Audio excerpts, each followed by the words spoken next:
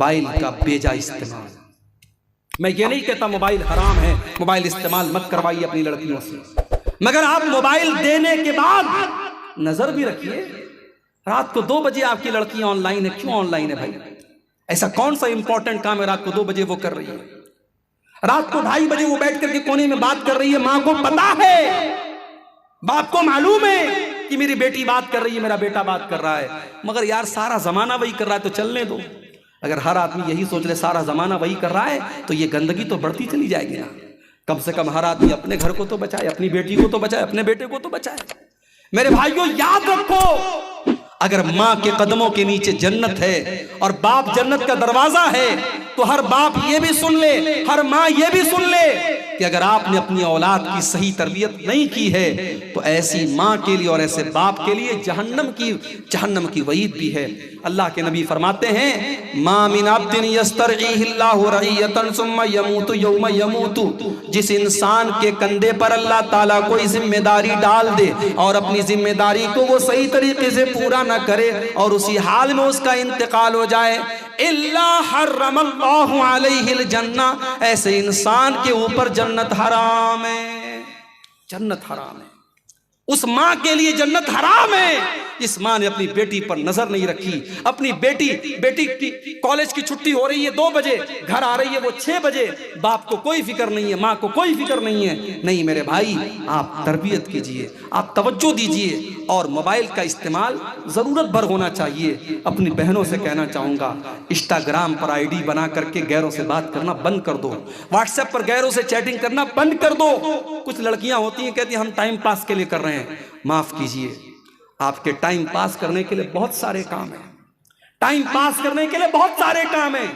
आज यूट्यूब पर उलमा के बयानात, आप बयानात सुन लीजिए, कोई इस्लामी चीज आप मोबाइल पर देख लीजिए, कोई हदीस याद कर लीजिए, कोई दुआ याद कर लीजिए, लेकिन अपने टाइम को इन फजूल चीजों में मत गवाइए। मेरी बहनों, ये आपके लिए बहुत मोहलिक और खतरनाक है।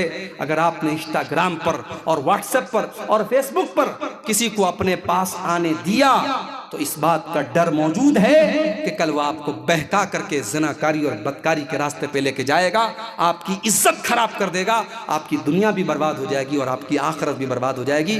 इसलिए मोबाइल का इस्तेमाल भी बहुत एहतियात से करें।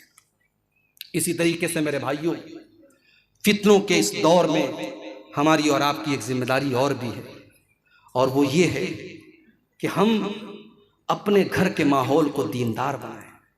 हम पहले खुद अपने आप को नेक बनाएं। हम जब नमाजी बनेंगे हमारे बच्चे भी नमाजी बनेंगे। जब माँ खुद पर्दादार होगी तो उसकी बेटी भी पर्दादार होगी, लेकिन जब माँ खुद बेहया होगी तो बेटी को क्या हया का सबक सिखाएगा? जब बाप खुद एक टाइम की नमाज नहीं पढ़ेगा, बच्चों को क्या नमाजी बनाएगा? पहले अपने आप को सुधार लो मेरे भाई। बच्चों की बेहतरी चाहते हो कि नहीं चाहते? आज लोग अपनी औलाद के लिए इन्वेस्टमेंट करते हैं, जमीन खरीदते हैं, जायदाद खरीदते हैं, क्या क्या करते हैं।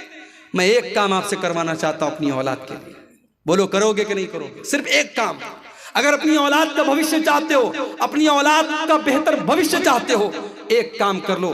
आज की पूरी तकरीर का खुलासा है, बस एक काम कर लो। क्या करना है? अपने आप को नेक बना लो, अपने आप को नेक बना लो मेरे भाई। मैं गारंटी देता हूं, अगर हम नेक बन गए, हमारी आने वाली औलाद अल्लाह उसकी हिफाजत करेगा।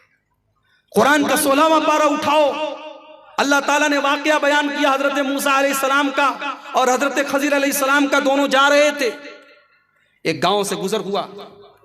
गांव वाले बड़े बखील थे,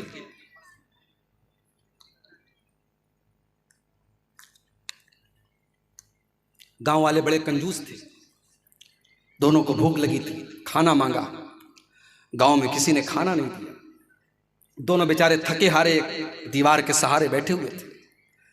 अचानक हजरत खजर ने देखा कि एक मकान की दीवार गिरने वाली है। हजरत खजर बॉडी बिल्डर आदमी थे, खड़े हुए और अपने हाथ से दीवार को ठीक कर दिया।